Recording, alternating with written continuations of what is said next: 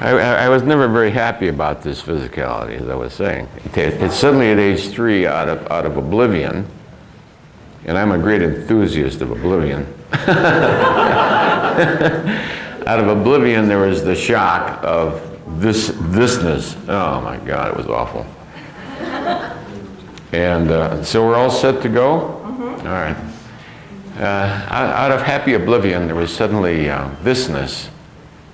And thisness has been like a plague ever since. To get beyond thisness.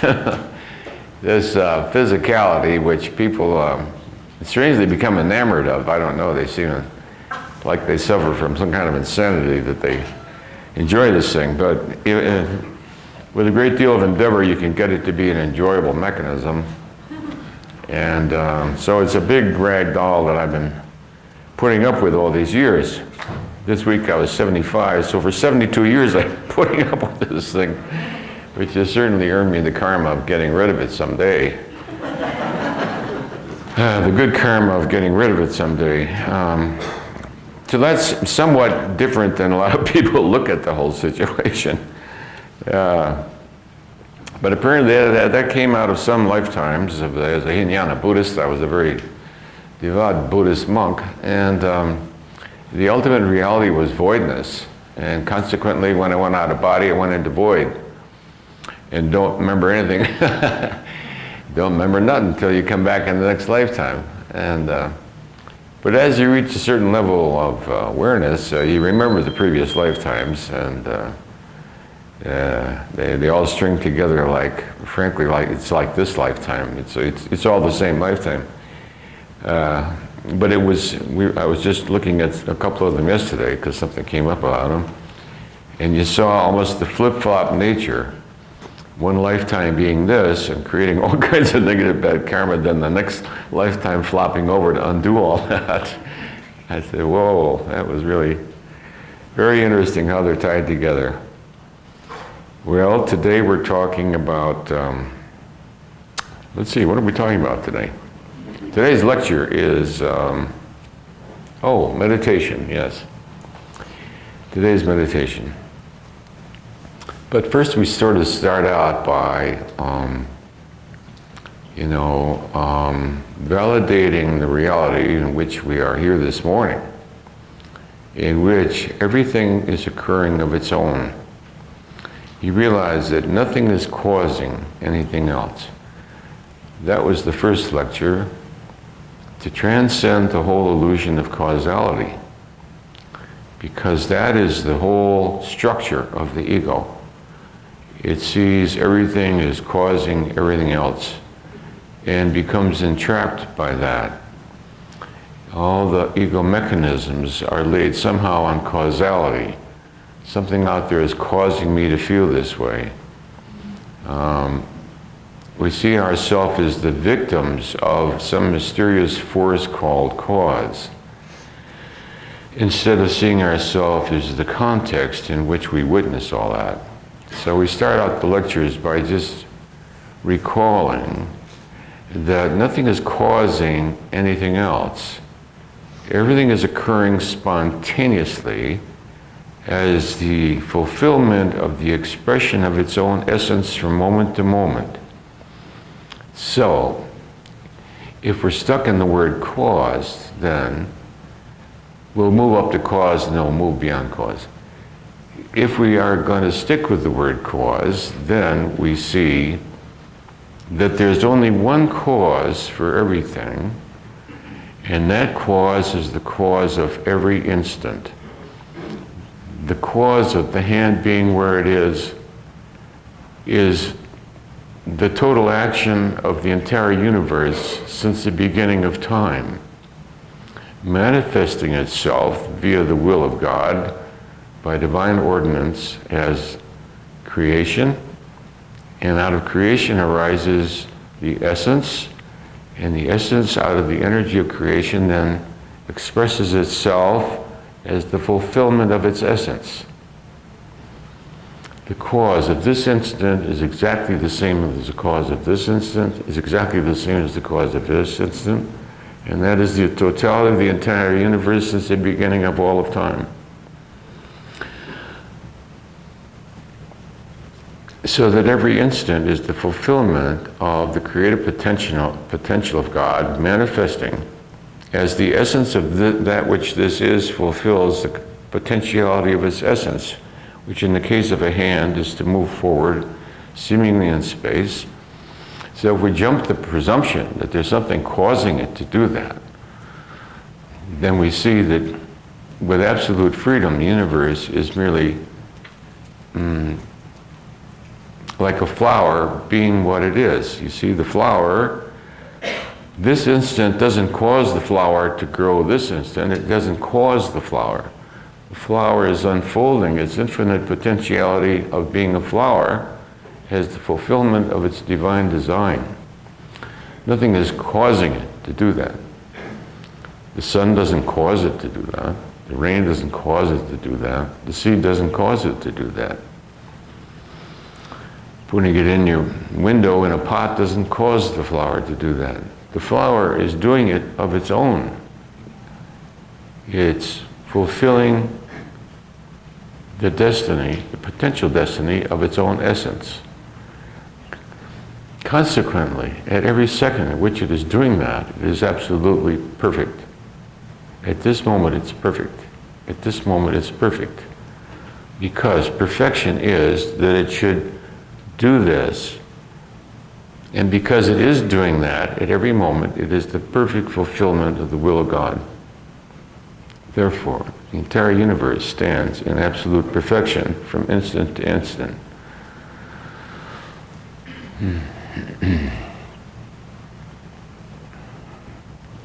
Right? Thank you, God, for saying that. I mean, I never could have said that. That was cool, man. But that is the way it is.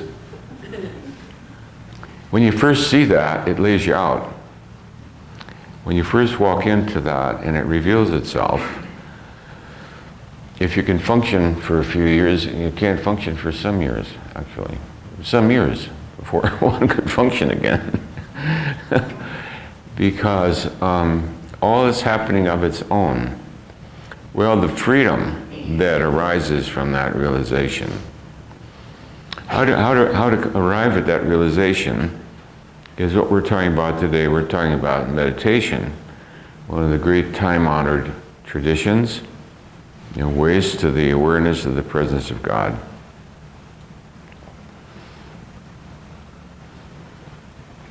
Now, meditation itself is an enormous subject. I'm sure we could fill this whole book with all the books written on meditation throughout the centuries. The great gurus, the great teachers of meditation, the meditation centers, the Buddhist traditions, yoga, the Indian, Aryan traditions. And in the Far East, of course, there's an enormous amount of literature and training. Meditation need not be in the context of any particular religion or spiritual teaching. Friends of ours in Korea, Dr. Moon has a meditation center. And you ask her, is it Christian? No. Is it Buddhist? No. Is it Hindu? No. What is it? It's a meditation center, she says. And you get it. Oh. You just go there and meditate. Oh, wow. In other words, the process itself then unfolds through the inner layers of the ego. You transcend the ego. All right, so let's talk a little bit about the various techniques, many of which, of course, are well established in the literature, have specific training programs. Many become very detailed in posture, diet, breathing. Many are accompanied by complicated breathing mechanisms. There's all kinds of incredible meditative techniques. We're not going to talk about them today because the world's literature is full of instructions instruction centers, traditions, postures, breathing exercises, pranayama.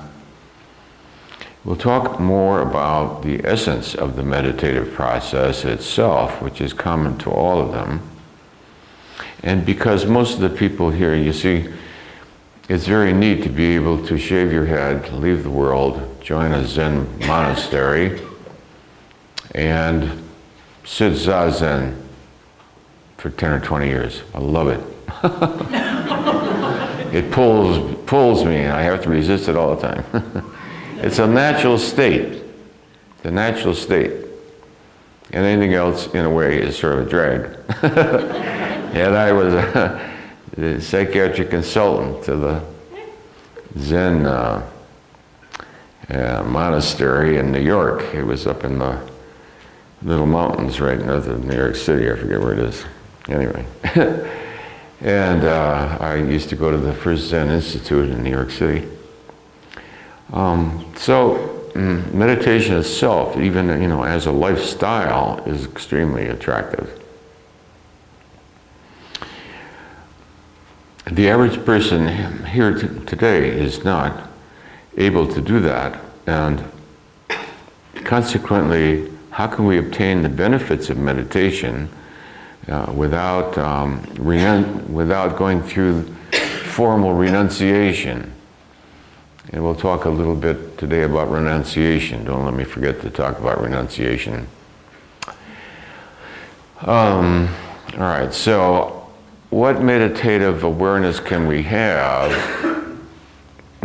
walking about and functioning within the ordinary world? And so we'll talk about generally two styles of meditation, and we'll talk about ways to transcend the mind. So it'll be a busy morning, yes, come think of it. Then I started to think again myself. I say, whoa, you got to go through all that. Right, yes. Forgot all that stuff there. Well, let's start with the generality that there is content and there is context. Context, totally changes content. And a great deal of error arises in not being aware of the relationship of content and context. What we're looking for in meditation is how to transcend content and realize that the self, that which we are, is the context. And how can we do that? There's two ways. One I call macular focus, which is central focus, intense fixity on the content of the ego, on the content of what you're looking at and doing. And the other is what I would call peripheral vision. If we compare it to vision, the macula is that fovea in the back of the retina that focuses very specifically on details. If you look at a fly and then you focus on the eye of the fly, then you are being very specific and focusing on a very, very small, concentrated area. That's sort of macular vision. Then we have peripheral vision, because although I can see the content of what is in front of my eyes, there is a greater generality.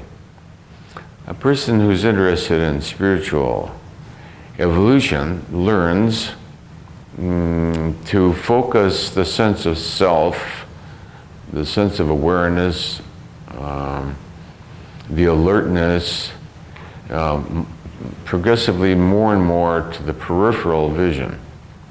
One becomes quite peripheral in experiencing the world from moment to moment. One is aware of the general context. Now, the general context out of which the world seems to arise or appear is silent and invisible. So the ultimate context, then, is the silent invisibility, almost the space and silence out of which experience, which allows experience to be possible. If it is not for the background of silence, you cannot hear these words. If it is not for the emptiness and infinite, you might say, no-thingness of space, you would not be able to observe physicality. You couldn't see buildings or persons. To be aware at all times of the infinite space, the infinite potentiality out of which this moment seems to be arising, is somewhat aligned with the awareness that all is happening of its own, that everything is spontaneously occurring without any intervention, without any causality. It's as though there is an infinite concert in which everything is happening spontaneously of its own, and one is the witness of what appears to be happening. This can be done formally in seated meditation, and we'll get to that. We're trying to talk about how to reach a higher state of awareness even though one is functioning in the world. You begin to witness that everything is happening of its own, and that there is nothing causing it to be that way. So as you transcend cause, you then become aware that everything is happening spontaneously. If we sit down to meditate, let's say we sit down to meditate, the problem is almost always the thinkingness of the mind. So we'll talk now more about the meditative process in a formal sense. You know, Ramana Maharshi always recommended that he always said you don't have to join a monastery to become enlightened. The householder can go about his business, and all he has to do is keep in mind, in the back of his mind at all times, who am I? So, I never agreed with who am I. The experiential awareness here is more, what am I? It seemed to me, who am I, which was not notoriously successful either, as a mantra, that who am I focuses you to look for another illusion, another definition, another pronoun of self. That which is experienced as the identity with the personal is transcended is a whatness, not a who-ness. The whatness has the peculiarity of sense of self with a capital S, but that self is the allness of everythingness, and it's really beyond who-ness. Some people who had been there to his ashram, even after he died, had said that there was not a great deal of success with that method. And I always thought it's due to the who-ness rather than the what-ness. We'll explain the what-ness today to try and clarify what I just said. Let's see, can we turn on this mystery machine here?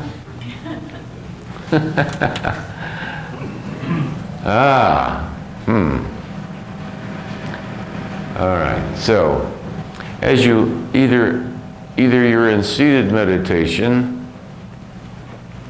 or as you're walking about in the world, because as you progress in spiritual work, the two are not different, the two become the same. Because all of life, because of the way you recontextualize your life, becomes a meditation.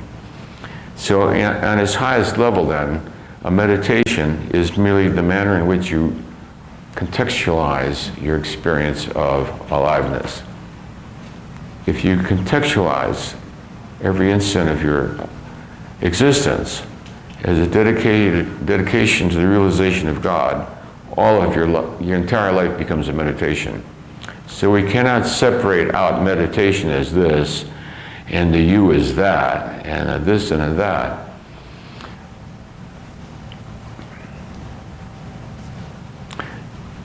Meditation then is a way of contextualizing your life, let's say from a greater context. From a greater context. What is witnessed then, the body walking around on the stage, which is a peculiarity actually,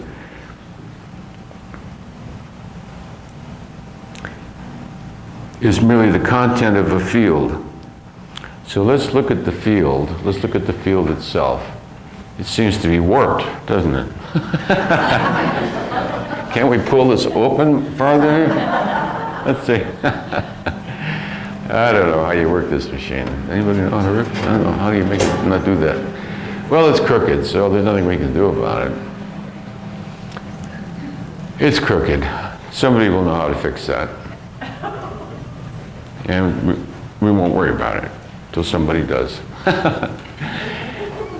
All right, so the progressive fields of realization, whether you're walking about in a walking meditation throughout life, or whether you're seated, cross-legged, doing very specific breathing, picturing the energy flowing up your spine to the crown chakra and up to the higher levels, as light, or whether you're walking around in the world, the first thing that you experience is form. And a person sits down and they say, well, I can't seem to get any place with meditation because the minute I sit down, the mind, the thoughts are racing around, the thoughts, the distractions of the world. And so the average person's life then is focused on thought, form.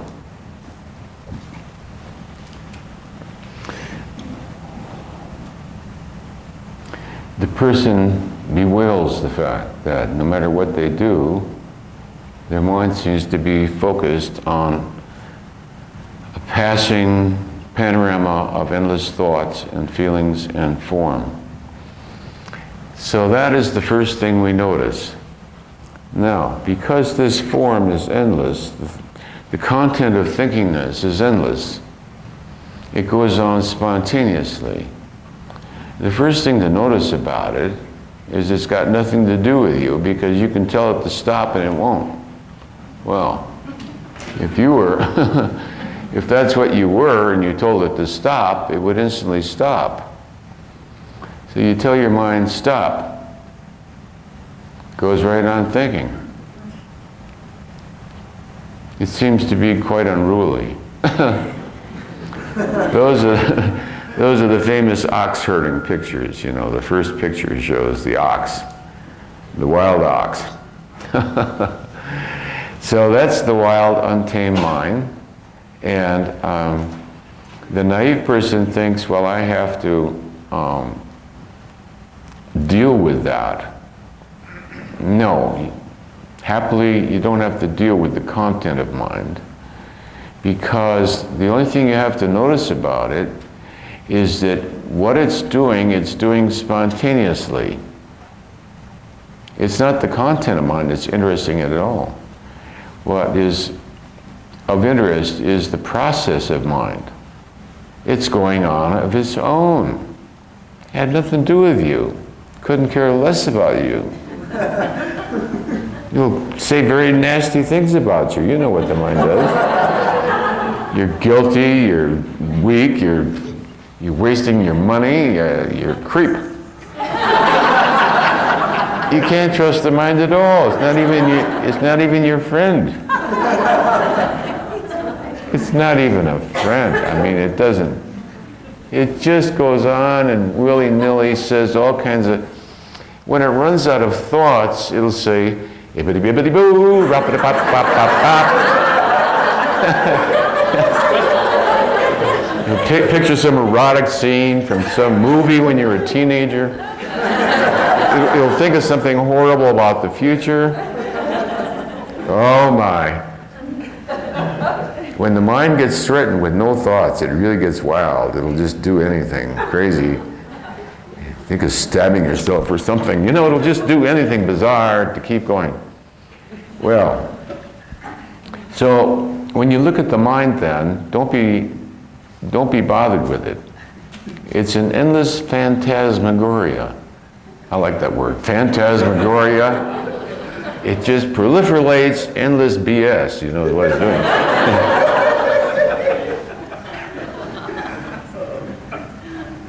Occasionally, under very favorable circumstances, with great focus and effort, you can get it to stop all that and be logical, form a logical sequence for a short period of time and do what's called thinking. Most of the time it's thoughting, it's not thinking. It's thoughting and imaging. All right, so thinking it does really quite rarely. Should I turn left at the next corner? It's through thinking now. It's not going to think for another 20 minutes probably. Where shall I park? That's the next time it thinks. What was it doing during that 20 minutes? It was bibbidi bibbidi ba ba ba. Feed the fishies in the nitty bitty boo. That's the one my mind used to like. Feed the fishies in the nitty bitty boo. All right, so form then, the content is not of any interest. Now, many people spend endless spiritual lifetimes trying to change form. You realize how many spiritual programs have to do with form? Don't think this, think that, recontextualize it this way, don't think of its opposite, you know, prefix it with if, but, yes, or no. Trying to change form is not going to work because the ego, the mind, is like the heartbeat, destined to do what it does. Why should the mind stop thinking then, and when that's what it's supposed to do? All right, so what does one realize out of this? If you watch the content of mind going by willy-nilly like a madcap insane asylum, you realize that you are not the mind. If you were the mind and you told it to stop, it could stop. We notice then the first most important thing that's going to take us out of it is that it's impersonal. The most stunning thing to learn about witnessing the content of your mind is that it's impersonal. Like the heartbeat, like breathing, like your toenails growing. It's impersonal. It doesn't ask you about it. Your toenails don't say, should I grow this month? It's a sort of a physiologic, spontaneous activity, thinkingness. So don't be disturbed about it because it's doing what it's supposed to do. You can't really be worried about the content about it because no matter what trick you try with the content, it's smarter than you will and it would trick you in some other way. You say, don't think about this, good. Doesn't, he thinks about that instead. All right, so the first thing you notice is that it's endless form and it's unstoppable. Trying to silence your mind is idiotic. And millions of people do that all the time. Trying to go to sleep at night and they're trying to stop their mind from thinking. What you notice is that it's impersonal. It does what it's doing of its own. Wow. So you stop identifying with the content of thought as me. It's not me. I can put you under hypnosis, program your mind, you wake up, you think all that, and you think, I thought that. You didn't think that, idiot, I thought it. All right, so the first thing we can notice, how do you know what the mind is thinking? How do you know? How do you know what is this, how do you know what's on that channel? You know it because it's registering. It's registering. So we're out of the content of mind, and now, and well, I say, if I'm not the program, then maybe I'm the VCR. Well, you're getting closer. Yeah, we're aware of what's going on in mind because it's registering somewhere. It's registering somewhere in consciousness, and it's being recognized. One of the functions of You see, this mind is doing what it's doing, but that's not what's bothering you. What's bothering you is that you're registering it, you're aware of it, you're recognizing it. And who is doing that? The watcher is doing that. The experiencer is experiencing that the mind is doing all that. How do you know that the experiencer is experiencing? Because there's a watcher experiencing it, and below that there is awareness. So the identifications of who I am, first as we sit in meditation or as we go about the day, is not the content of thought. It's not the content of feeling or thought or imaginations or memories. It has to do with closer with some impersonal function called registering. Even the recognition of, if you recognize a monkey as a monkey, that's not a decision that some personal you made, that happens of its own. So that's trained. That's trained. So these things are trained, they're impersonal. Experiencing and watching is also impersonal. It's a phenomena occurring of its own. So you see, we begin with drawing. It's like we draw back further and further from mentalization, more to the field. So the field is watching, experiencing, and we become aware that this is impersonally happening within a field. The self is not the content. The self becomes, you become more aware of the self as the awareness. And the awareness is coming out of an aspect of consciousness, the observer-witnesser. The observer-witnesser. You see, we're moving the sense of I from I am that bad person that forgot to fill the gas tank and ran out of gas. How could I be so stupid?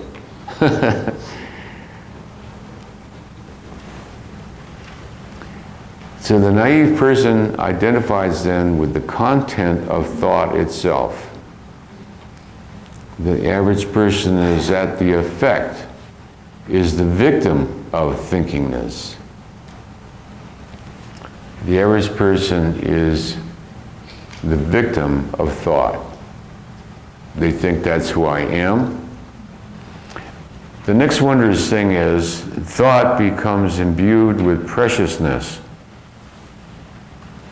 Thoughts are precious, wonderful, and we're enamored of them because they're mine.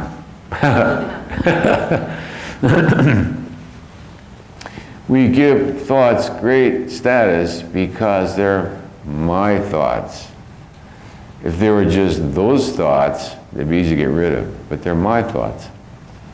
The minute we say my thought, now it becomes precious and holy, and we genu something or other. They become precious. You hear people say they're worried that they might lose their memory. I mean, how lucky could you get? Wipe out a few years here and there. I mean, geez. You can always keep a couple postcards. I mean, if you really want to remember it. I can't remember any years I want to remember, frankly. I mean, the passing moment is bad enough without putting up with 75 years of all that. I mean, everybody didn't start out too good right from the beginning, as I told you. Here's this creepy little kid body in a damn wagon. Wow. I mean, who wants to be bothered with that? Anyway, you're stuck with it. Not too happy from the first moment to find out that you exist as a physicality. All right. So you become more skeptical of mind. You start to distance yourself from mind. It becomes an it instead of a me. It's a giant step when you realize the mind isn't it. It's not a me. The hell with you, mind. I reject you and disown you. Denounce it as a fraud. It's a fraud. It comes on and it says, I'm you. Boy, oh boy. Once you get suckered into that, the ego has really got you by the Because now it's only a matter of what happens to go through your mind that you're the victim of. You go from strangulation to suffocation to guilt to shame to anxiety, regret. Maybe you should kill yourself. It tells all kinds of people to kill themselves, and they do. Right? They do. All right, so you don't want to give it power over yourself. Wow. You give it power by giving it reality, and you give it power by calling it me.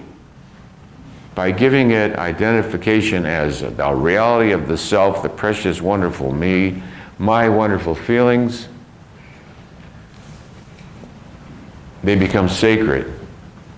The mind becomes God. You worship the ego mind. Modern society worships the mind. It's given up on God and religion, and instead it worships science. The salvation of man was once thought to be the province of God and religion. Salvation of man has now been allocated to science and computers. Science, computers, and bureaucracies. The government announces a new bureaucracy every few months. It's going to solve everything. Except the next one is going to be just as incompetent as the last one. Why? Because the structure is such that it guarantees failure. Bureaucracy is one layer of structure on top of another, until finally you become completely immobilized. People think of the end of the world is going to be a big bang. No, the end of the world is going to come when everything comes to a stop, because the complexity has become so overwhelming that everything just succumbs to the sheer complexity. Eventually, the tax form gets so long that even if you start on January 1st, you can't finish it by December 31st, and the tax department stops. The FBI, we knew what was wrong with the FBI before it happened, but I said to Susan, I said, you know, under this much complexity of bureaucratic regulations, you know, even if a bomb was about to go off in the bathroom, they wouldn't be able to do anything about it. You got to get permission from this department, and you got to fill out this form to get permission. You got to get through the layers. By that time, the bathroom's blown up. See. So the mind then becomes the tyrant. The tyrant. And it creates a delusion. The delusion is that I am my thoughts, I am the mind, I am it. That's where my power is, that's where my destiny is. My memory of mind is more precious than anything else. And then you fear what's going to happen in mind in the future. So mind is really the most difficult thing of spiritual awareness.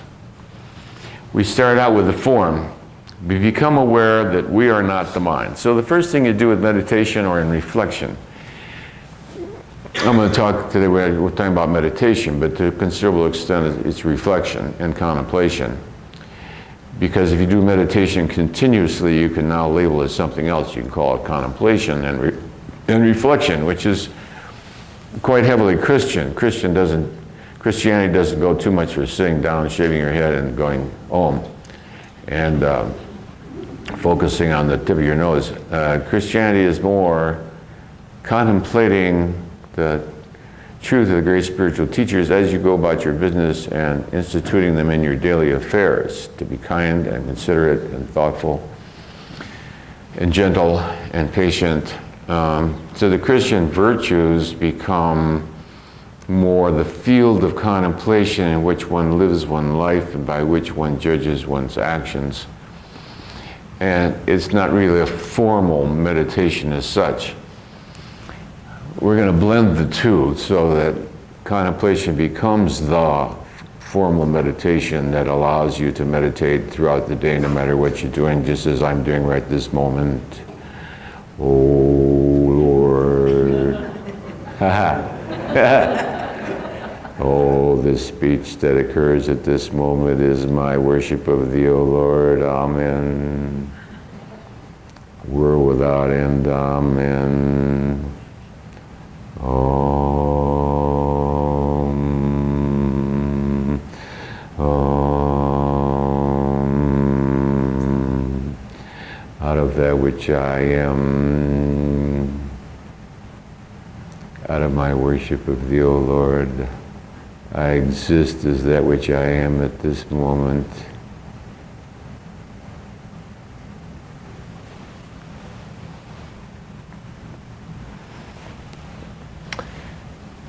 So the first realization is that one is not one's thoughts.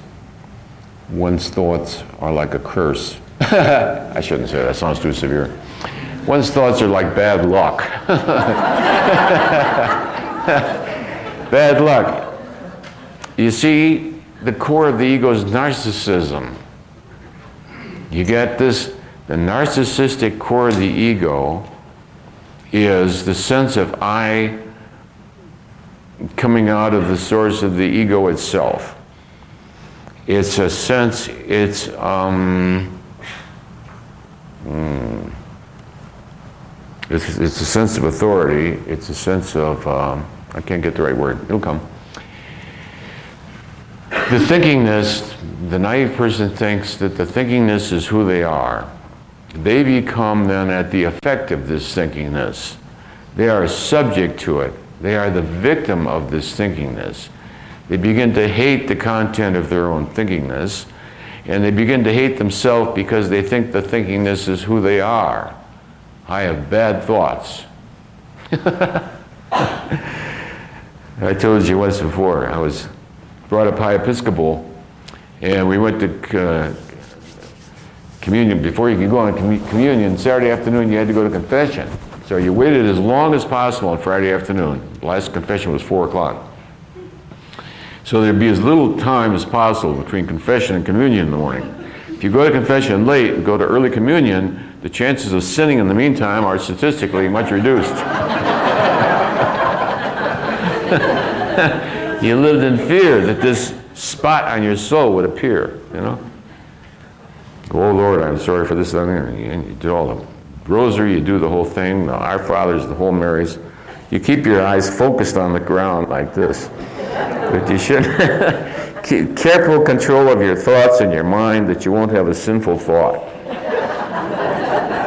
Get to 7 o'clock, communion. You can make it probably from 5 on Saturday till 7 o'clock on Sunday morning without a sin. A spot on your soul which God can see. Oh, Jesus. And just as you're on your way to church with the top down in the 29 Model A Ford, you pass a 42 by 96 foot big advertisement of Janssen swimsuits. Here's this big blonde lady, 42 feet long. There goes the innocence.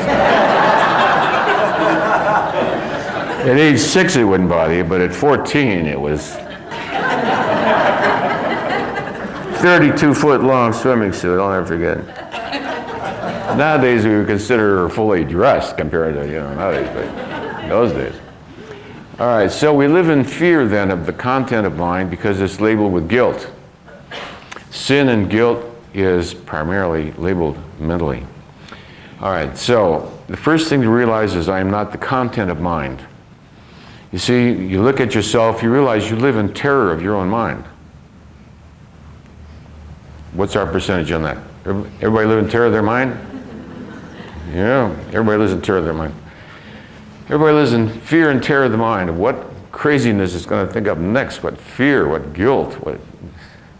Oh, it's awful. Dear Lord, protect us from the mind. Forget about enemies.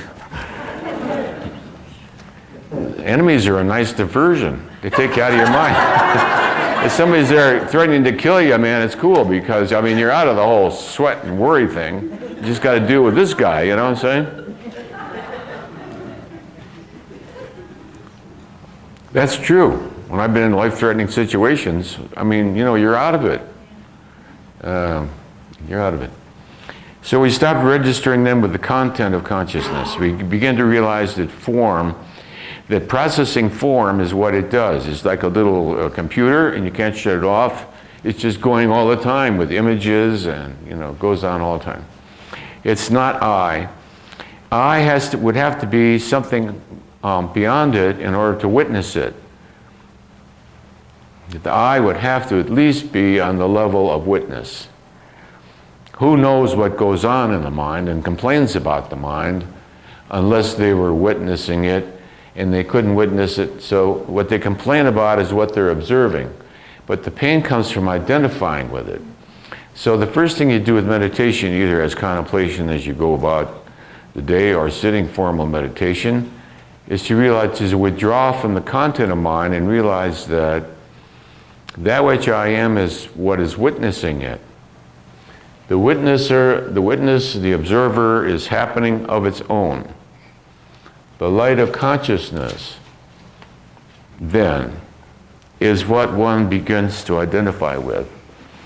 One is that which witnesses the mind. First you say, I'm that which experiences. First you say, I am the mind. Then you say, no, I'm not, I can't be the mind. I must be the experiencer of the mind. I must be the witness of the mind. But what is witnessing and watching doing? Well, witnessing and watching are also happening of their own. I want you to see these things are impersonal. See, when you identify with mind, you say, I am that, that's personal. It's not personal, it's happening of its own. You can't stop it from doing that. Breathing is not personal. Decide you're going to quit and see how long it works. You begin to identify then with the field instead of the content. You're the space in which all this is happening. It is consciousness itself which is lighting up the awareness of all this happening.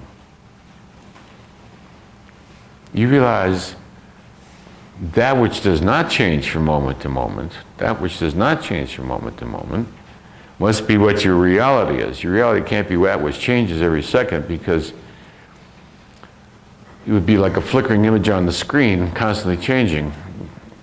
That which does not change, that which is always present. When you first wake up in the morning, all you're aware of is that you are. If you watch the waking phenomena, out of oblivion comes awareness of isness. The minute you start becoming conscious, if I stop you and say, what do you know? I'm awake. What does awake mean? I'm conscious that I'm conscious. That's all you're conscious that you're conscious. That's all you're conscious of. What is your name? What's the date? Where are you going today? I don't know. That all comes later, don't you know? You have to have coffee. The first awareness is that you are. So, the ultimate then, the infinite context, then, is existence itself. To be aware of existence. That which I am is that out of which existence arises. Not the content of existence. Not the content. Otherwise you'd be different because you had a haircut today. You can't be the content. The sense of self, the identification of who am I, with meditation and contemplation, we'll talk more about it as how the techniques work.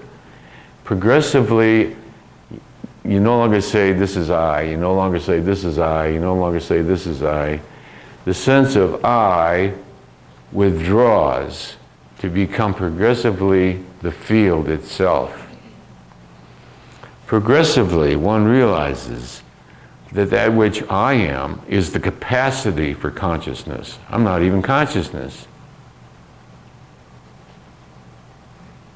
The infinite capacity to be conscious, I am prior to consciousness itself.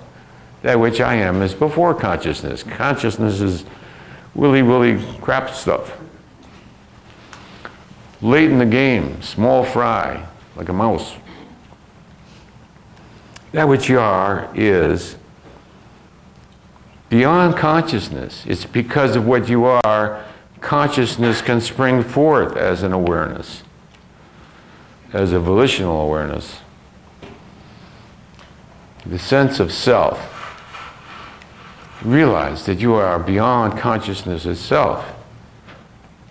If it weren't for what you are, consciousness couldn't field itself. Couldn't field itself. Into what? It has to have existence. So, don't sell yourself short. You're the infinite potentiality out of which consciousness arises, out of which all the rest of this BS passes itself off as you due to the illusion of the ego, because the ego is narcissistic and it's in love with itself. And you see the ego for what it is. It thinks you're wonderful. Your thoughts are wonderful. Even if they aren't wonderful thoughts, they're important thoughts. Christ. Because your catastrophes are mind-boggling.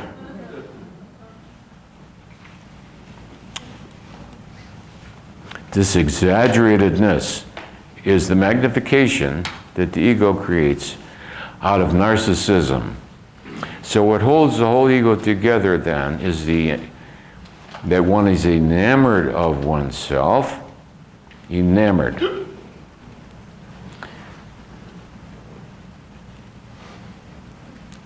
The ego then takes credit for being who you are. It also takes credit that it's the author of your existence.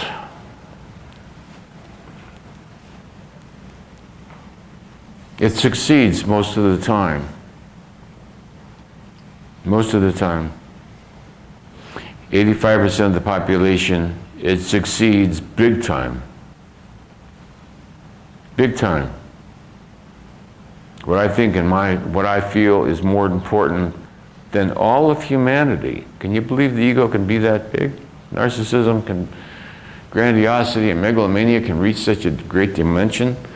To the average person, it's not even imaginable that you could get up front in a world court and say that, you know, what you want for your country is more important than the lives of all the countrymen. Say, what? This is not a crime, this is a mental illness. A mental illness. So the egotism of the ego is unlimited. Unlimited. To think, I'm not, you know, God isn't God, I'm God.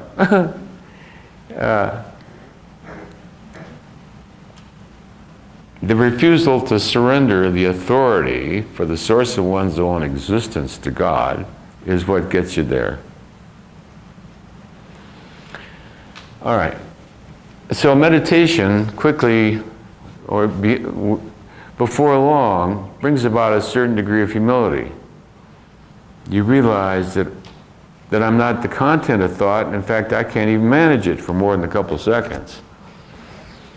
The source of the sense of self then progressively withdraws from specificity and form, becomes progressively more diffuse, more general, becomes the light of consciousness itself, eventually becomes the allness out of which the unmanifest manifests itself as manifestation. The infinite reality. The infinite reality is the infinite potentiality. The power of God is infinite because God is infinite context. Out of infinite context arises all power and the potentiality for existence in form or non-form. And that's our reality. That's what we are.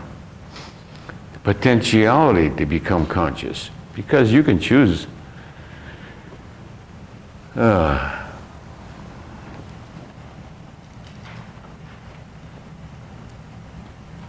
As you walk about in the world then, there's less and less focus on content. I'll warn you in advance, I'll get you into trouble. It gets you into trouble sometimes. You don't know where the hell the light switch is. I don't know. I said, where is the light switch? I don't know. They moved it. How do you work this fan? I don't know. Because in youth you're focused on thingness, you know.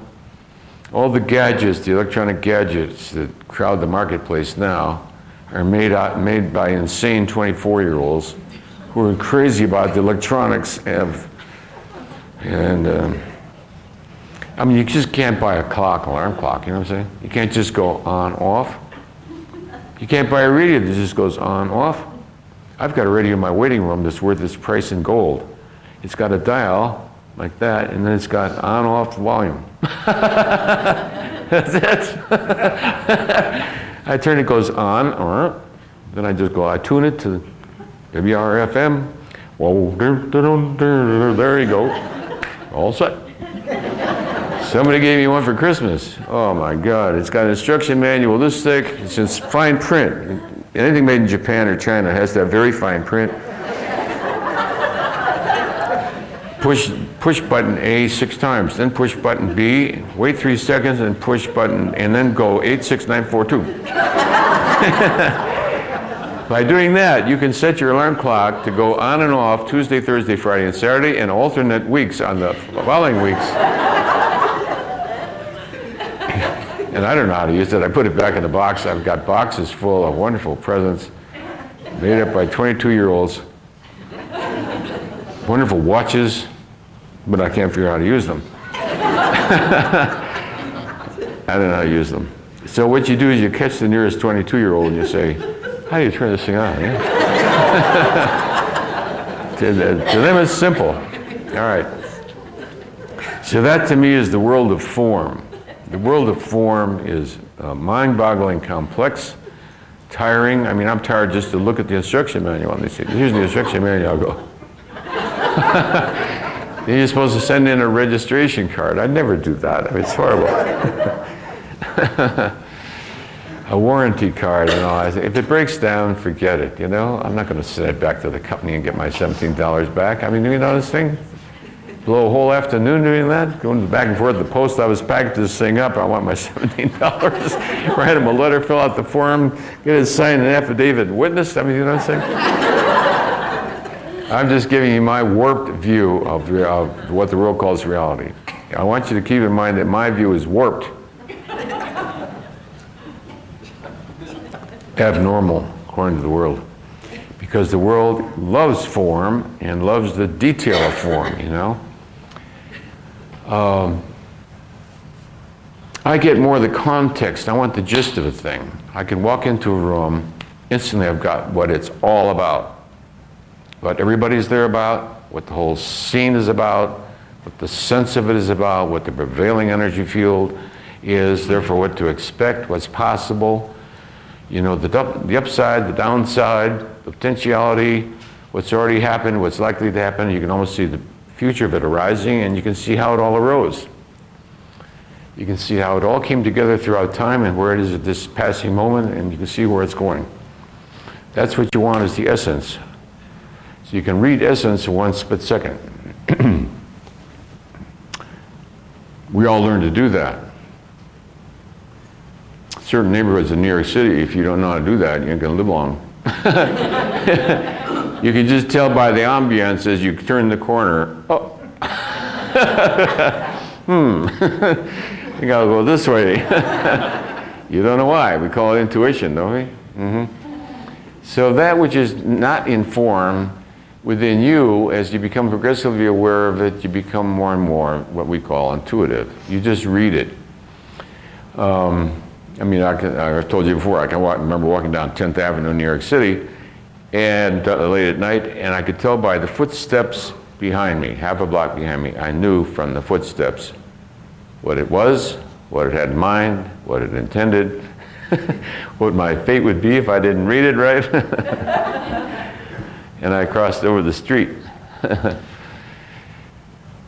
All right, so the animal learns that. So that capacity, that innate capacity to focus on context instead of content is learned. You've already got the capacity. The animal knows it. The animal, as it turns the corner, also knows, uh-oh, it senses the lion up in the tree and walks the other way to live another day. If it fails to, it's gone. Bye-bye. Water buffalo. So we have the capacity then to focus either centrally when we need to or peripherally. With spiritual evolution, one becomes progressively the field. One is the field. You understand? All of us we're the field here. We're the field out of which the field then brings forth the talkingness of the content through the speaker. You know what I'm saying? That's happening spontaneously of its own. It has nothing to do with any personal self. I'd have to stop and think, what am I going to say?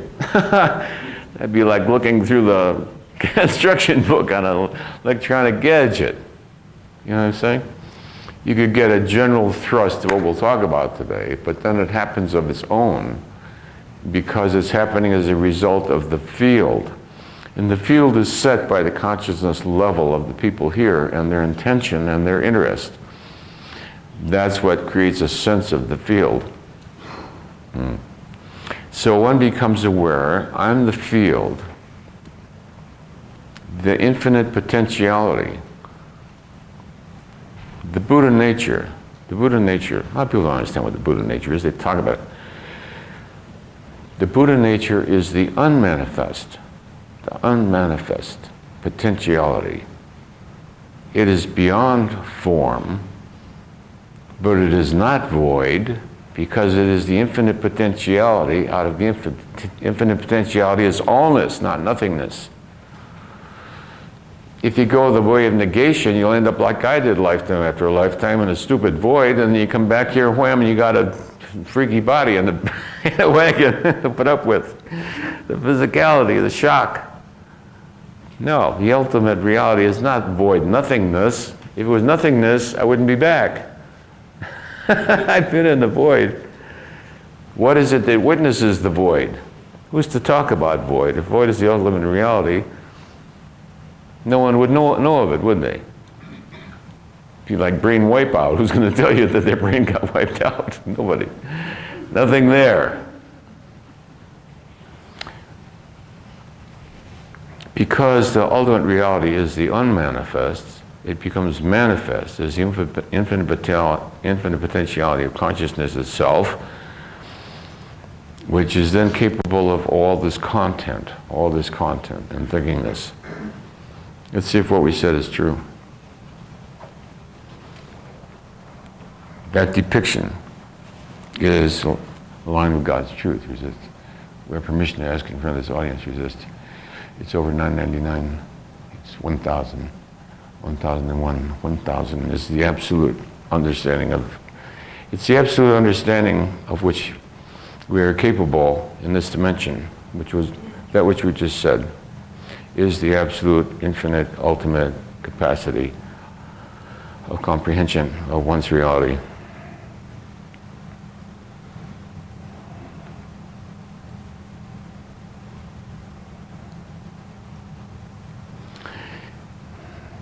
It comes out of the realization of the truth that one is the infinite potentiality. So you start thinking of yourself as the infinite potentiality to have the experiencer who's temporarily identifying with the bodiness, some place called Sedona or something. But that's all just possible because of the infinite potentiality. So here we have then what we arrive at just by playing with it in your mind. You just play with it in your mind as you get up in the morning. You start with being just the infinite space for this day to happen in. That's what you really are, see? You start out as the unmanifest. it then becomes manifest and says, yes, oh, it's me. I say, who are you when you wake up? I don't know. I'm George. And what are you doing today, George? Well, takes you a while to get who you are. So this state here is not different than a state which you are already familiar with. The capacity to relate to the field instead of the content of the field. I don't know if it's good to do that when you're driving, when you first start this. Maybe it is, I don't know. But having been a cab driver, you're in that space, and you just automatically, you just automatically beat the other guy to the fare staying on the curb without thinking about it. But how can one function in that state? Well, there may be, truthfully so, there is some impairments. I really don't know how to work those crazy clocks. And you know what? I don't care about them. Because I'm not that interested in what time it is anyway to begin with. But the world is, so you better know what time it is. So, but you need some kind of a clock, you need an old-fashioned clock. You can even wind the thing, There is perhaps some loss of detail of life. However, the potentiality to appreciate the detail is constantly there. It's constantly there. So that's one way. That's the way starting from peripheral vision. The everywhereness, the allness, the beyond timeness. You see, it has nothing to do with now. All kinds of books about now. Lord, save us from now. Thank you, sir. If there's no then, and no when, and no future, and no past, then there is not any now either. There's no point to trying to focus on the moment of now in meditation. People say, I try to focus on now, but I can't focus on now. My mind's always thinking about the past or the future. I said, well, your mind is always thinking about the past or the future right now, isn't it? So you're still in the now, even if you're thinking about the past or the future. But now is just a label we put to a specific awareness. Because, let's say, because your awareness happens to be passing this point, it says this is now, this is now, this is now, this is now. But that's just a nominalization. Your mind just made that up. There isn't any nowness going on, folks. But let's not walk around saying we live in the now. It's a corruption of reality. Nobody lives in any now. Show me the now you live in, idiot. You don't live any then, you don't live any future, you don't live any now either. All those are time dimensions. Those are all durations. Those are all depictions. Those are all nominalizations which arise up in here. You see, you got to give it a name. Why do you have to give a name to whatever is at this second? You see, and when you get to a certain level, you don't even call it is anymore. That's also an absurdity. There's neither is nor is not. The conundrum at age 3 was existence versus non-existence. Here's this horrid little body in this rotten little wagon, and instantly comes the fear. First of all, the kid couldn't think in words. This is all nonverbal. But awareness is aware of this existence. Along with existence came instantly fear of non-existence. It was apparent that if one is, it could have come about that one is not, would not have been. You know what I'm saying? If you could be, it could have happened that your coming into beingness wouldn't have happened, in which case you wouldn't be. At age 3, I'm puzzling existence versus non-existence, a fear of non-existence. Oh boy, oh boy. So the first thing existence does is give you a fear of non-existence. We see that in the ego's concern with death. It thinks if it dies, it's not going to exist anymore. Folks, no such thing's going to happen. No such luck.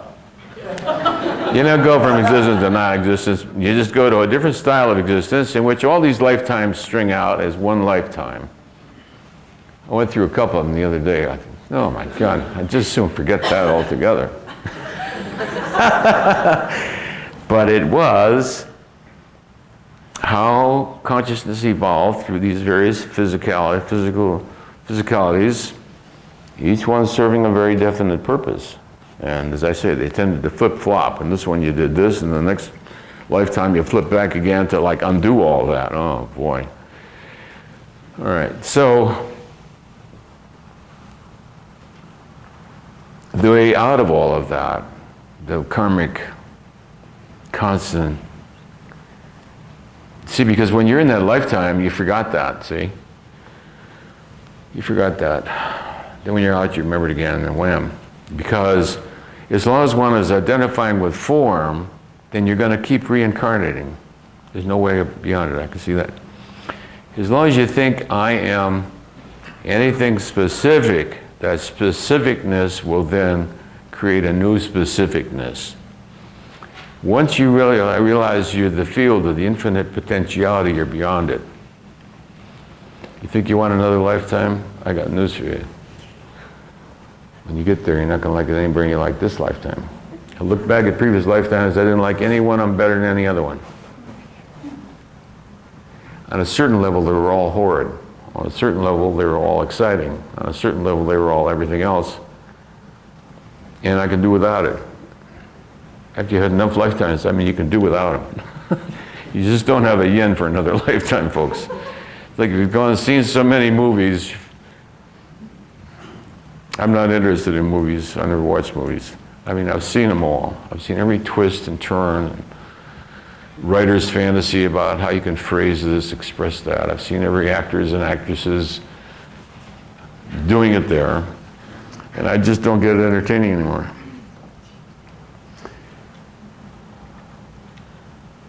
All right, enlightenment then would be the dissolution of the identification with content, with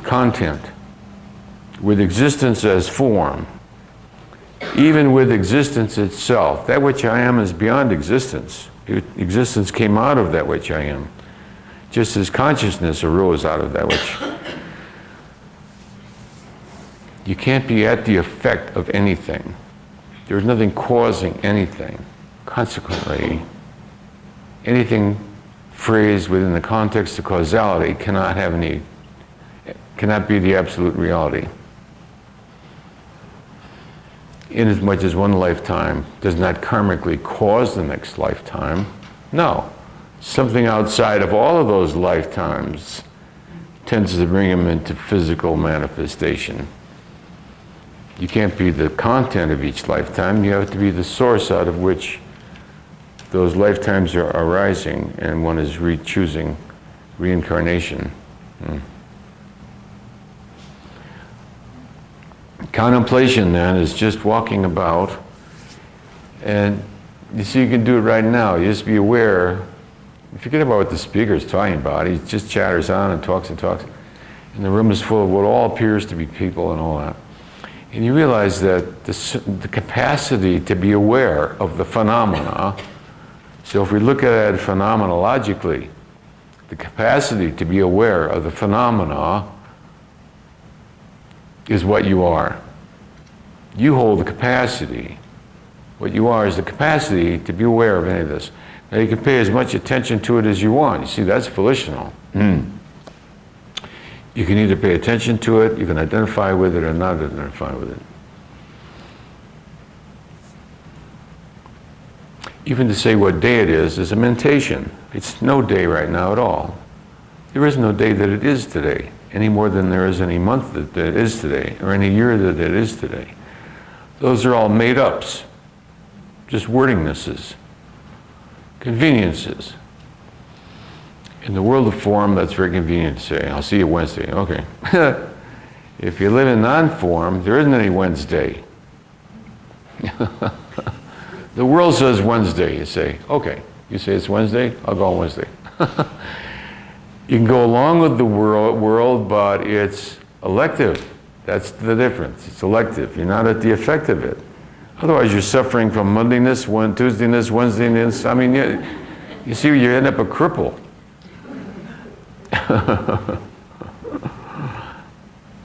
It's very easy to get that you are beyond that which is in physicality.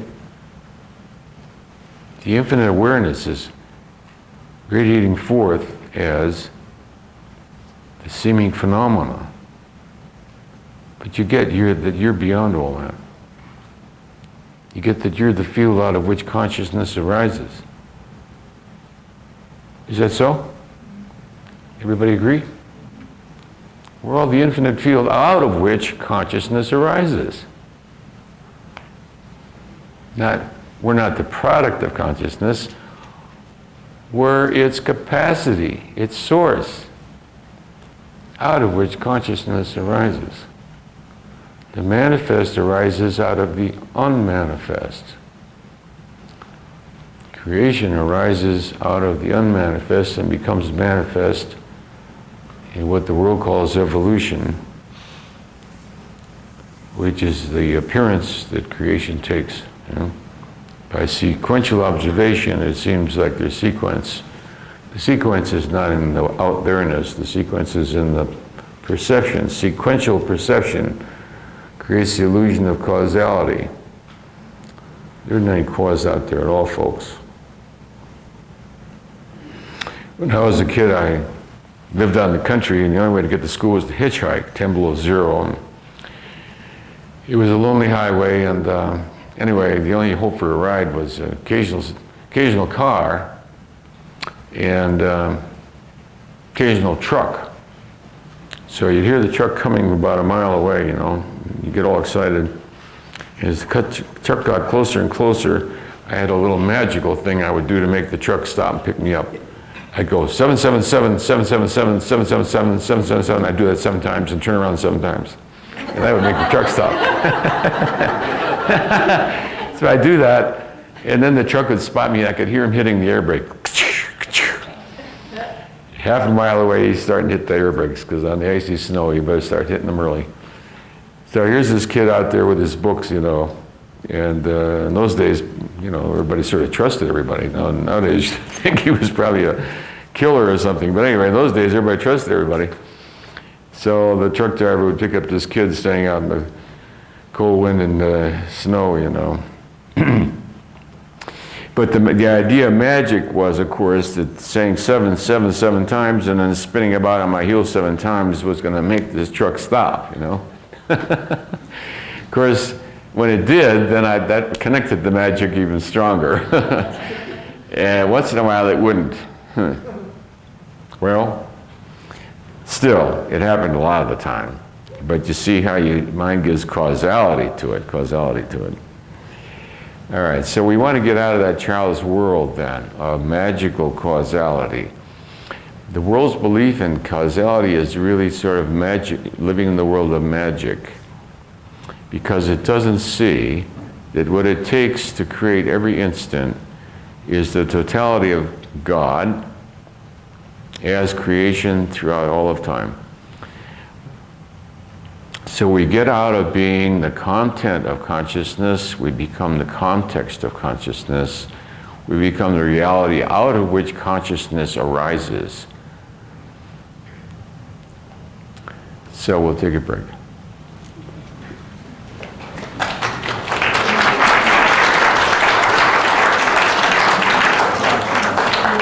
Okay. Hold this check over your solar plexus. I can't do it when my eyes close anymore. This is a good check, resist. This is a bum check, and I just use it for fun every time. It says insufficient funds, anyway. Just for fun kinesiology. Well, our picture is still crooked, but we've gotten used to it, looking at it this way. And if we changed it, then everybody have to look at it this way. There must be some way to make it look straight, but anyway, we don't care about that. All right, I want to just go into a few more specifics about meditation and handling content of mind and things to notice about it. If you sit in formal meditation and focus on the content of mind as it passes by, The first thing you notice is it's irrational. It goes on. And then you'll begin to see that the thinkingness is coming about as a result of several things. Habit, boredom, and the idea that thoughts are worthwhile, that they serve a purpose. So they're entertainment, they're going to solve problems. It gives you something, thinking this is something you can do. People think thinking is worthwhile. I'm going to sit down and think about that. But when you're meditating, you're not interested in, what you're interested in is getting beyond thought. There is a field of energy out of which thinkingness is arising.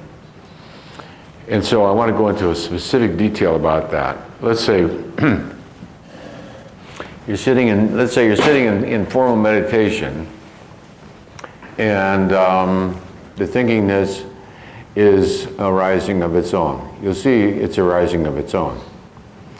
It's coming out of a desire to think. The mind wants to think. It's coming out of an energy.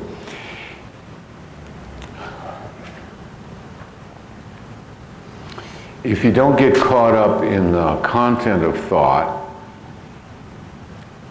you end up at a point of observation where the thinkingness arises and then it passes away.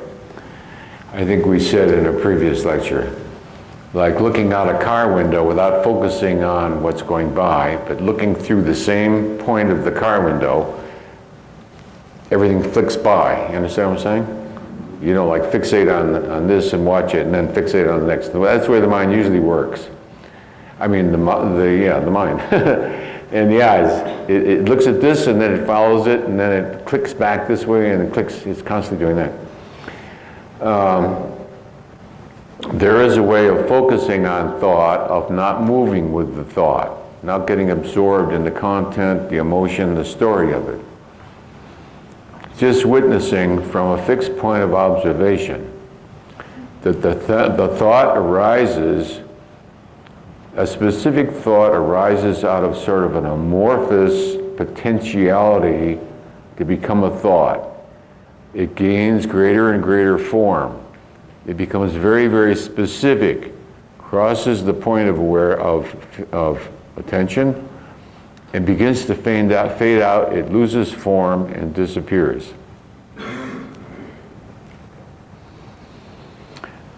There's a form of meditation which requires one-pointedness of thought. This is out of Zen training. There is a fixity of intention, of one-pointedness of mind, to focus so like a razor on the edge of this moment of focus. So the thought arises like a note of music, arises, crests. No sooner does the note of music crest than the music is already fading away. You become aware with this fixity of intention and focus that which is the self is prior to the thought. That which one is arises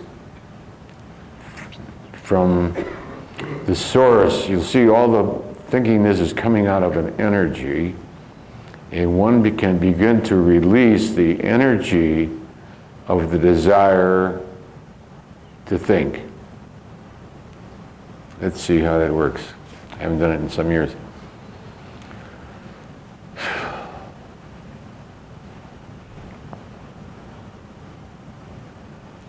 This thought is arising out of a formless energy field which begins to gather form, becomes specific as a thought, and then fades away. One can, by fixity of focus, fix on the instant, let's say we'll use the term instant, on the process just prior to its coming into form. All right, so in the beginning you start thinking about old dog Rover and how he got a glaucoma in his left carbuncle, and they had to take him to and then the anesthesia croaked, and the family crying, and good old Rover, and Christ, now what are we going to do for a dog? I mean, you got this whole long story. As you meditate, you get beyond that, and you get to see Rover, okay? I mean, you picture Rover's image. There's perhaps a slight memory, but now you get to Roverness itself. I mean, there's the essence of Roverness without the whole freaky story that goes with Roverness. There's just the essence of Roverness. And now the name Rover disappears. You just focus on the essence of that dog's beingness and his lovingness. You get to the heart of what was Rover. And now the form is disappearing. You're getting almost to dogness. You're getting to animal relatedness. You're getting to life identifying with life. You're getting to an energy that is prior to the specific of thought itself. So specific thoughts are coming out of like a little energy factory, little energy source, an energy sink, whatever you call it. And one can surrender that to God. So we didn't talk about renunciation yet. Surrender then is renunciation in that one eventually lets go of the belief that one is the source of all that and sees that it is happening of its own. One lets go of the wantingness of thinkingness. Early in the game you see that thinkingness all has a payoff. The way to silence that thinkingness is to be willing to surrender the payoff of that thinkingness. The sad stories, the excitement, the erotic titillation, whatever is associated with that thought. The willingness to surrender that. The great pleasure of being right. Judgmentalism. Righteousness. The downfall of mankind since the beginning of time has been righteousness. Everybody feels righteous in what they do. Everybody that pulls the trigger on you feels righteous. Every war is based on righteous. Everybody's righteous. I don't want to hear about people's rights and righteousness. Give me a break. All right, so the mind wants to be righteous. It wants to manufacture self-pity, grief, mourning, anger, rage, delight, anticipation, fear. It does a whole melodrama. One has to be willing to let go of the payoff of these ego positionalities. First you discern what is the payoff of that. Well, it's the fun of hating those idiots. We love to hate people. I mean, it's fun, isn't it? They're bad and they deserve it. So,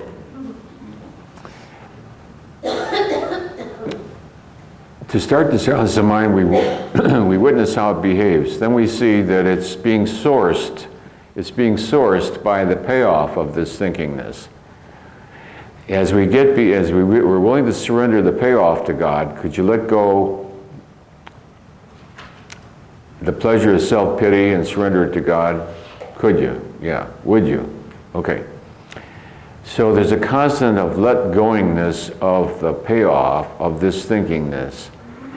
That gives the thinkingness less of an emotional charge. The willingness to surrender the payoff. Each negative feeling is not serving something else, it's serving itself. The payoff of guilt is that you get to feel guilty. The payoff of anger is you get the angriness. You get to experience the payoff. The feeling is the payoff. People say, what do people get out of hate? Well, you get hatred, man. What do you think? That's why we killed all those kids at school. Bang, bang, bang. The gratification is the feeling itself. You see, our society can't find the answer to anything because it's always trying to psychologize everything and look for the reason in childhood. There's no reason in childhood. It's the glee of it now.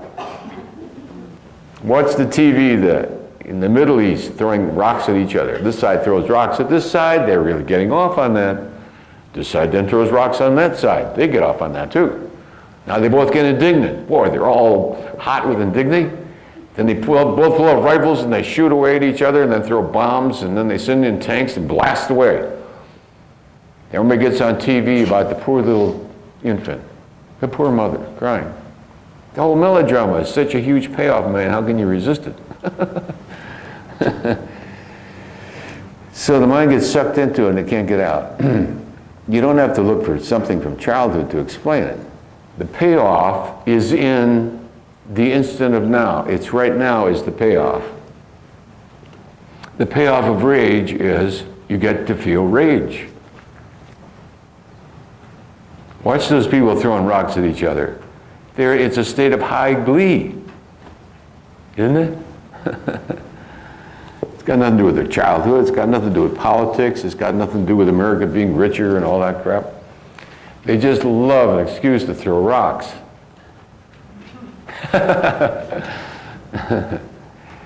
So the payoff is the experience itself.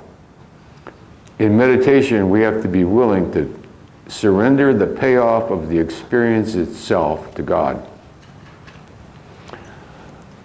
Lord God, out of my worship of Thee, my desire and love to reach and to be of service, I'm willing to relinquish the payoff of this emotionality so that I can get beyond it. That's it. So that way the thinkingness has less of an emotional charge, because as long as you're getting off on the charge of the emotion of the thinkingness, it's not going to stop. If you can reduce the emotion behind it now, it slows down and it becomes more available for inspection. So a great deal of what's done in formal meditation, at least in Zen style, one-pointedness of mind, is inspection. One inspects the phenomena of thinkingness. We know that the minute you inspect the thing, it already changes.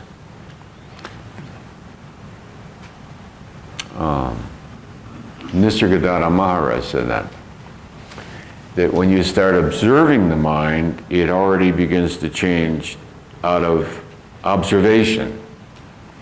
Observation. So the first thing that's happening in meditation is by the mere act of observation, you're already altering the content of consciousness by virtue of your intention to get to the source of this thinkingness. If you follow this track of one-pointed fixity of observation, you'll get that all thinkingness is coming out of a little energy factory, like a little source of a volcano, and one can surrender the onlogging of the thought before it takes form. As you keep letting it go, it starts out with a story about good old Rover. As you let go of that whole story, it gets down to just a paragraph. As you let go of the paragraph, it gets down to a sentence. Finally, it just gets down to the name Rover. The willingness to surrender the instant a thing arises in consciousness. Finally, even Rover starts to dissolve. You start to think,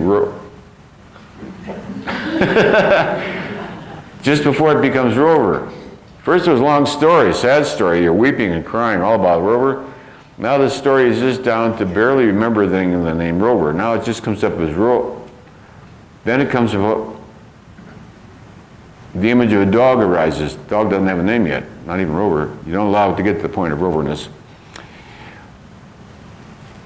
You'll see that the willing to surrender, the intentionality of thinkingness itself can be surrendered at its very root. At its very root. At that point, the mind becomes silent, and one is that out of which thinkingness arises. This is possible scientifically. How do we focus this guy on this thing? Ooh. That takes energy to focus on the world, I tell you. I mean, focusing on form is de-energizing. I don't know how people do it or how they get away with it. Focusing on form is exhausting, you know what I mean? You got to pay attention to what they're saying. Oh, gee. I'd rather get it. Can you say that in 3 words or less? Anybody who wants a conversation with me, if you can make it in a couple of sentences, I'll be glad to talk to you. If you want to tell me all about your Aunt Matilda and all what went on in your 3 pregnancies and the husbands that came and went, I really can't handle it. Let's get to the essence. Truth is very, very brief. You know, the absolute truth is absolutely wordless. So those of you who wish to speak to me in a wordless style, God bless you.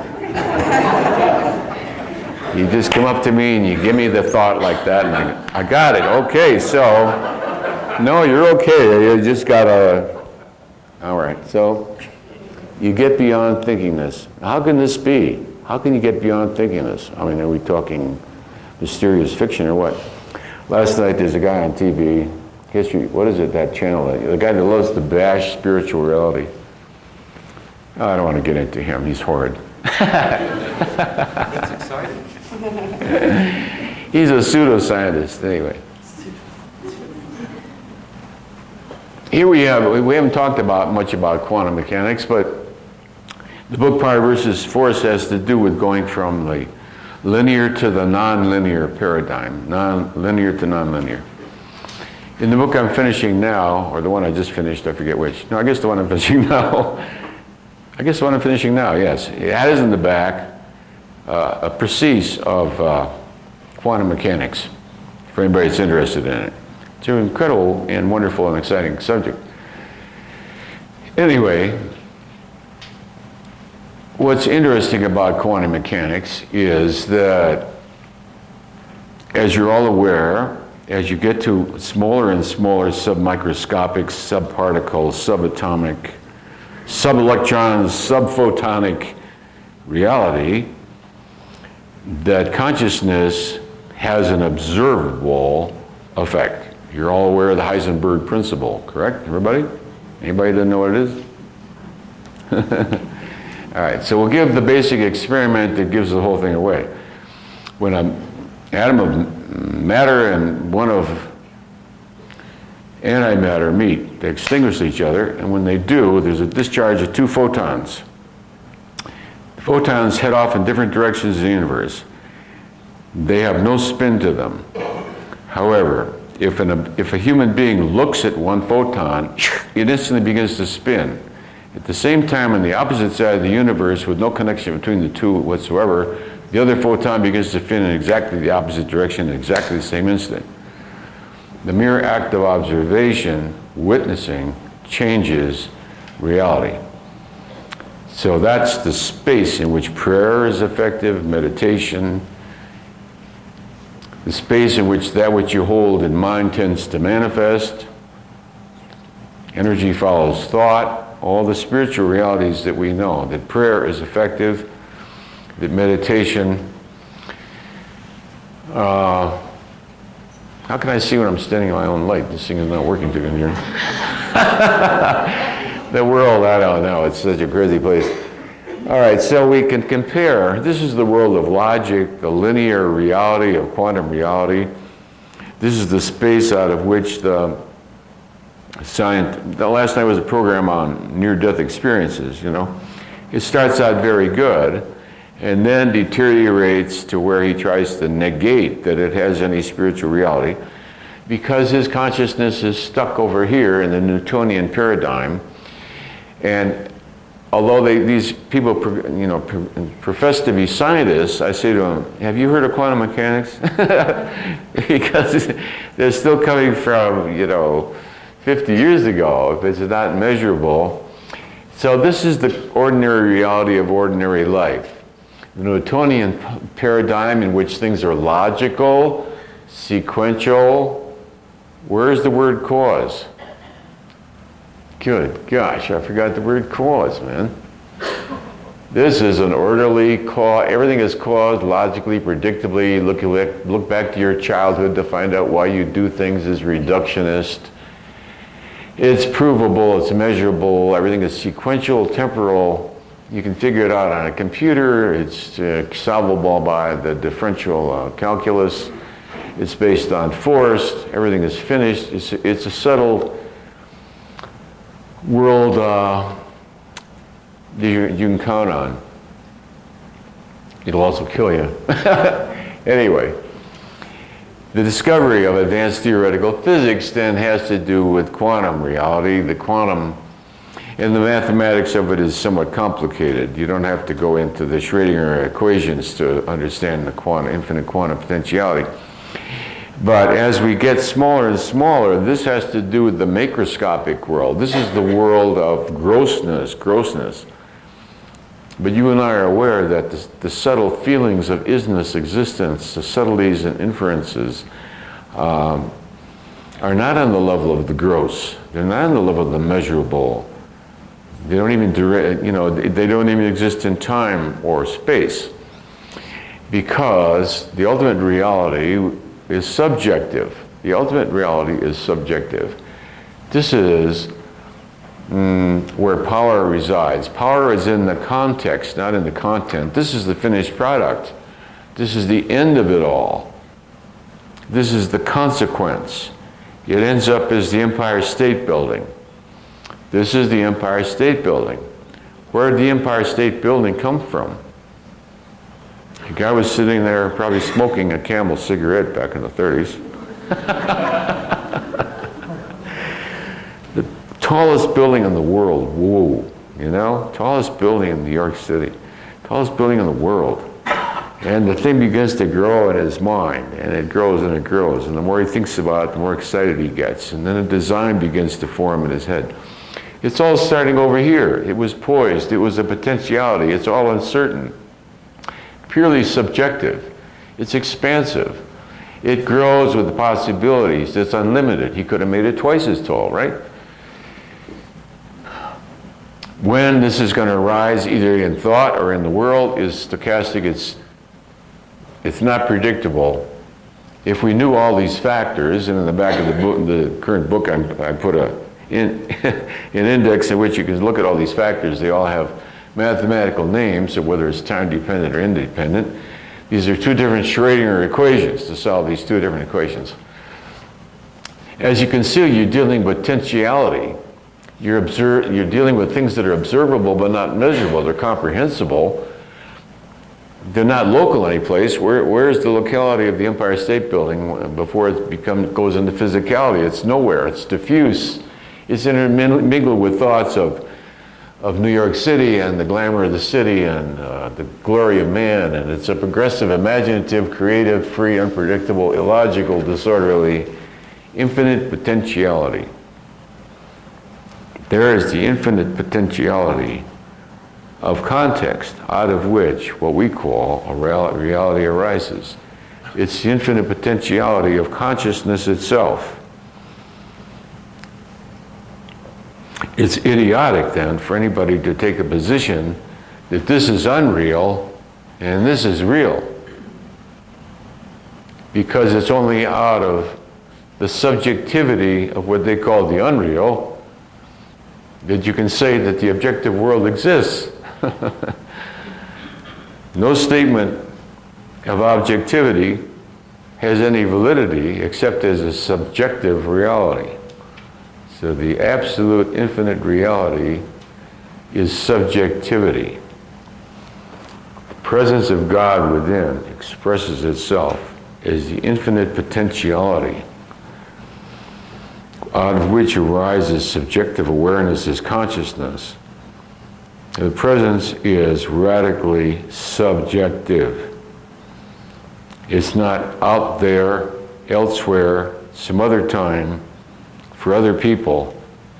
The average religious concept of God is God arose somewhere back there in time, spun the dice, now he's disappeared, up there with his feet up in the easy chair, waiting for time to end, at which time we're going to have Judgment Day. Oh, whoa. So God's waiting elsewhere in time and space. Heaven. Heaven is up there someplace. The astronauts have been up there. They haven't found any heaven up there. Where is heaven? God is elsewhere in time and place. How can you experience a God which isn't even here? Was and will be, but is not now. Huh? The God of Judgment Day. So God disappears, creates the dice, takes off, and now the world, how does it keep going? It goes like billiard balls, supposedly causality. So the explanation then of what the world considers reality is over here. Actually, the explanation is over here. Here is where the explanation is.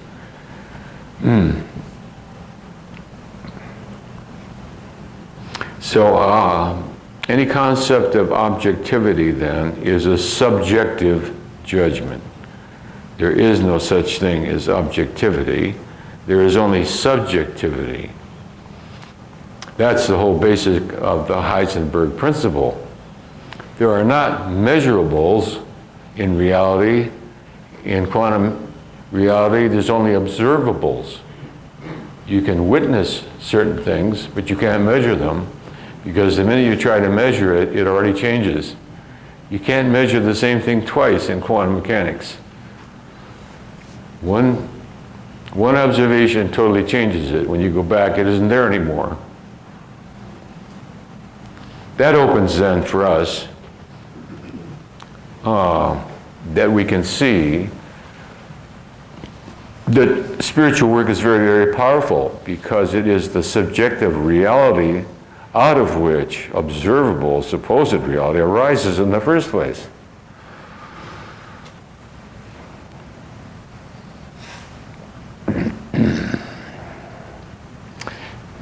It's encouraging to realize that your spiritual work is very, very powerful. The spiritual work that you do is very, very powerful. People say, how can I get from 150 to 200? Well, you just follow, be kind to your neighbor. So here we have infinite power. How much power is available in the quantum potentiality? Is infinite. Infinite. Infinite. Without beginning, without end, without limitation, without design or form. Consequently, power is infinitely powerful.